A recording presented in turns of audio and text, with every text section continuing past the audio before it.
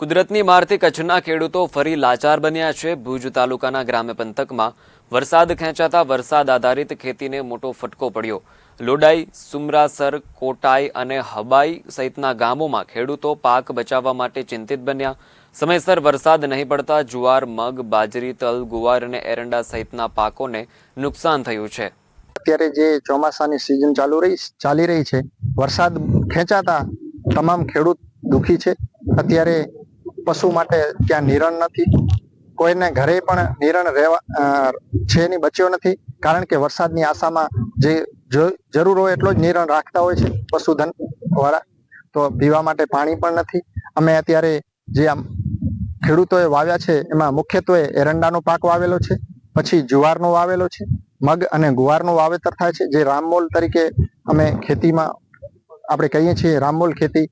તો અત્યારે વરસાદની ખાસ જરૂર છે। અમે તમારા માધ્યમથી સરકારશ્રીને, ચૂંટાયેલા પ્રતિનિધિઓને અને કહેવા માંગીએ છીએ કે અમેને તુરંત જે નર્મદાનું કામ ચાલુ છે તે ધીમી ગતિએ કામ ચાલુ છે, જે સ્પીડલી ઝડપી કામ થાય અને પાણી જે કિસાન ભાઈઓને અને પશુપાલકોને મળે એવી અમે આશા રાખીએ છીએ।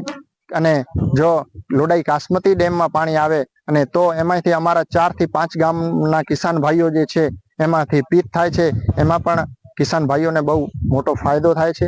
અત્યારે મોંઘા ભાવના બિયારણ, મોંઘા ભાવના દવા, મોંઘા ભાવની જે ખર્ચા છે ખેતીની અંદર બહુ વધ્યા છે। એમાંથી કિસાન જો વરસાદ ન થાય અથવા તો સરકારશ્રી તરફથી કાંઈ પણ અમને ટેકો ન મળે તો કિસાન કોઈ દિવસ ઓકરવાનું નથી।